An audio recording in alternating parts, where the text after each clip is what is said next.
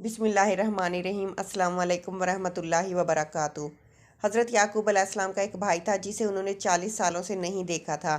انہوں نے ارادہ کیا کہ اپنے بھائی کی زیارت کریں۔ جب ان دونوں نے ایک دوسرے کی زیارت کی تو حضرت اسرائیل کو حکم ہوا کہ دونوں کی جان لے لیں اور ہمیں سپرد کر دیں۔ ملک الموت نے دونوں کی روح قبض کی اور خدا کی طرف لے گئے۔ حضرت یوسف علیہ السلام نے جب یہ سنا تو اپنے سر سے تاج اتار کر پھینک دیا اور اپنے بدن پر جو ریشمی لباس تھا اس کو پارا پارا کر دیا اور سرو پار برہنہ اپنے لشکر کے ساتھ دوڑے اور روتے ہوئے اپنے والد اور چچا کے جنازے تک پہنچے۔ جب ان دونوں کو دیکھا تو غم اور حسرت کی وجہ سے رونے لگے۔ سر اٹھایا اور روتے ہوئے حسرت سے آسمان کی طرف دیکھا۔ یکا یک آسمان کے دروازے کھلے اور انبیاء کی روحیں اور فرشتے ان کی روح کے استقبال کے لیے آئے۔ حضرت یوسف نے عالم ارواح کو دیکھا جو نور سے مزین تھی۔ فرشتوں نے نثار رحمت کو ہاتھوں میں لیا اور ان کو یعنی حضرت یعقوب اور ان کے بھائی کو دنیا سے لیا اور غسل دیا۔ ان دونوں کو بیت المقدس میں دفن کیا۔ پس جب حضرت یوسف علیہ السلام دفن سے فارغ ہو چکے تو دوبارہ مصر آئے۔ خود کو دیکھا تو 4 غموں نے ان کو لپیٹا ہوا تھا۔ ایک یتیمی کا دکھ، دوسرا غریبی کا درد و غم، غریبی یعنی غریب الوطنی، تیسرا باپ کی جدائی کا غم اور چوتھا چچا کی جدائی کا غم۔ ان غموں کو برداشت کرنے کی طاقت نہیں تھی۔ جب رات ہوئی دریائے نیل کے کنارے گئے، مصلی بچھایا اور اخلاص کے ساتھ کھڑے ہوئے اور رات سے دن تک نماز پڑھی۔ آخر میں کہا، اے خدا، تو نے بھائیوں کے مکر سے بچایا، عورتوں کے شر سے خبردار کیا اور زندان سے باہر نکالا اور حکمرانی دی، رسالت اور نبوت کا لباس پہنایا، علم و حکمت سکھایا۔ یہ دنیا باقی نہیں رہے گی، میری ایک دعا قبول کر لے اور اس عالم سے، اس دنیا سے مجھے مسلمان باہر نکال اور میرے آباء و اجداد کی صحبت عطا کر۔ جبرائیل آئے اور کہا، اے یوسف، خداوند متعال نے آپ کو سلام بھیجا ہے اور کہتا ہے تمہارے والد اور چچا کی عمر ختم ہو گئی تھی۔ جب ایک دوسرے سے ملے تو مہلت نہیں ملی کہ ایک دوسرے سے بات کرے اور دونوں کی جان لے لی گئی۔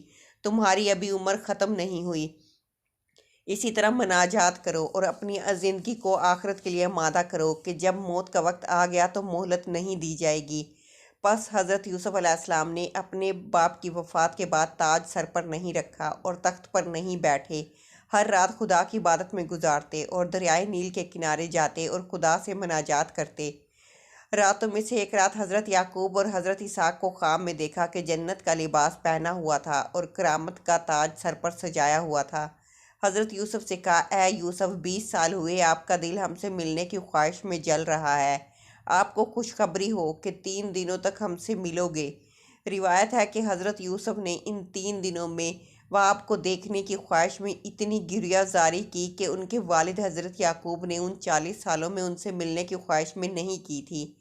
پس تیسرے دن ملک الموت آیا اور کہا، اے یوسف، آپ کی مدت ختم ہوئی، آپ کے آباء و اجداد آپ کے منتظر ہیں اور آنکھیں لگائے ہوئے ہیں تاکہ آپ کو دیکھیں۔ پس حضرت یوسف نے سر تسلیم خم کیا اور ملک الموت نے ان کی جان لی۔ جان لینے سے پہلے ان کا دل تیزی سے دھڑکنے لگا تھا اور اعضاء لرزنے لگے۔ بھائیوں کو بلایا اور ہر ایک کو گلے لگایا اور خدا حافظ کیا۔ جب ملک الموت ان کی طرف متوجہ ہوئے، حضرت یوسف گریہ کرنے لگے۔ فرشتوں نے صدا بلند کی، مقربین اور روحانیون گریہ کرنے لگے۔ بھائیوں نے سر میں خاک ڈالی۔ جب ان کی روح جدا ہوئی، حضرت جبرائیل آئے اور جنت سے سفید لباس لائے، انہیں غسل دیا، کفن پہنایا اور تابوت میں رکھا۔ بس زلیخا کو خبر دی گئی کہ آپ کو آرام پہنچانے والا ساتھی دنیا سے رحلت کر گیا۔ زلیخا نے جب یہ سنا، حضرت یوسف کی طرف متوجہ ہوئی اور گریہ کرنے لگی۔